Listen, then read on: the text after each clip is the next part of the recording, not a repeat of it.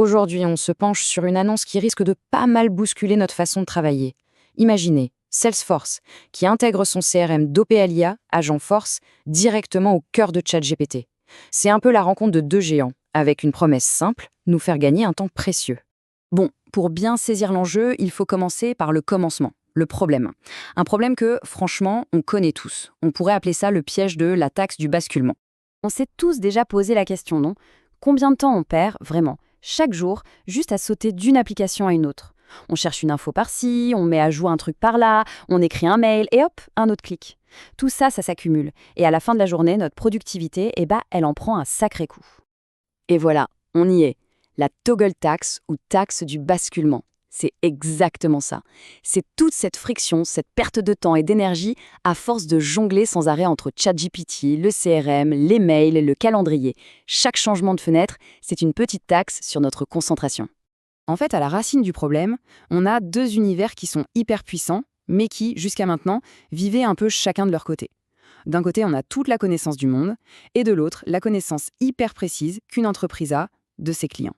Et ce tableau l'illustre parfaitement. D'un côté, ChatGPT, une intelligence de classe mondiale qui sait analyser, créer, résoudre des problèmes, et de l'autre, Salesforce, qui est la mémoire vive de l'entreprise. Il gère le pipeline, l'historique client, les priorités.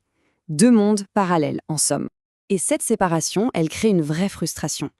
Écoutez ce que dit Brandon Metcalf, le PDG d'Assemble. Utiliser ChatGPT sans Salesforce, c'était frustrant. La conversation s'arrêtait net. On pouvait parler des opportunités, mais impossible de les faire avancer. C'est l'image parfaite du mur entre l'idée et l'action. Et c'est justement là que la solution entre en jeu. L'idée, c'est de construire une passerelle entre ces deux mondes, pour faire du CRM un vrai partenaire avec qui on peut discuter.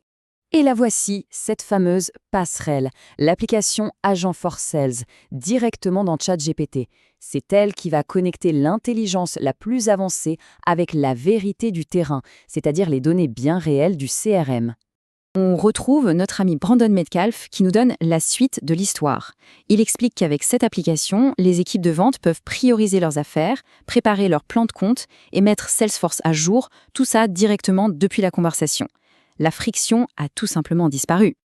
D'accord, mais alors, concrètement, ça change quoi au quotidien? Eh bien, ça permet de travailler à la vitesse de la pensée. C'est une sacrée promesse. Voyons un peu comment. Premier bénéfice, et pas des moindres, c'est la fin du copier-coller. On peut dire adieu à toutes ces manipulations manuelles pour donner du contexte à l'intelligence artificielle. Au lieu de se fatiguer à copier des listes, on peut simplement lancer une phrase comme « Montre-moi mes nouveaux prospects pas encore contactés ». Et là, l'application va chercher l'info en temps réel dans Salesforce et affiche une liste interactive. C'est simple, c'est direct et surtout, c'est instantané. Deuxième point, et là on passe un cap.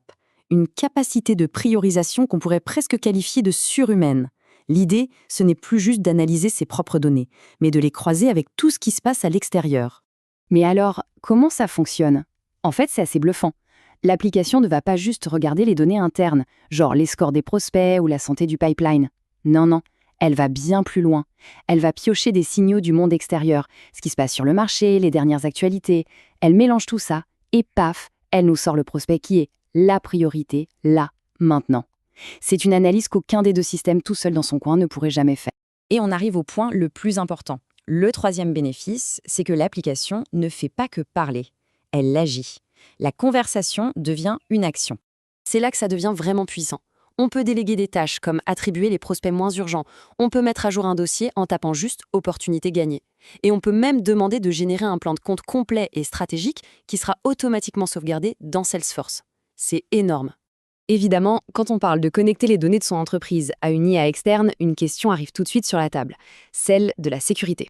Et c'est une question cruciale. La réponse de Salesforce à ça, c'est ce qu'ils appellent le Agentforce Trust Layer. Pour faire simple, c'est une couche de confiance. Elle garantit que les données de l'entreprise restent sous la protection des standards de sécurité de Salesforce et surtout qu'elles ne sont jamais utilisées pour entraîner les modèles d'OpenAI. C'est une rue à sens unique pour l'entraînement et un échange sécurisé dans les deux sens pour le travail. Finalement, tout ça fait partie d'une vision beaucoup plus large.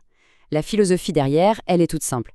Agentforce doit être là où les gens travaillent, que ce soit dans Salesforce, dans Slack ou comme on le voit maintenant dans ChatGPT. Le but ultime, c'est vraiment de supprimer cette fameuse taxe du basculement. On termine donc avec cette idée qui est quand même assez vertigineuse. Le CRM peut maintenant parler, interagir et surtout agir. La grande question, ce n'est plus comment on fait, mais plutôt qu'est-ce qu'on lui demande. Si on y pense, quelle serait la toute première requête? C'est une nouvelle page qui se tourne pour la relation client.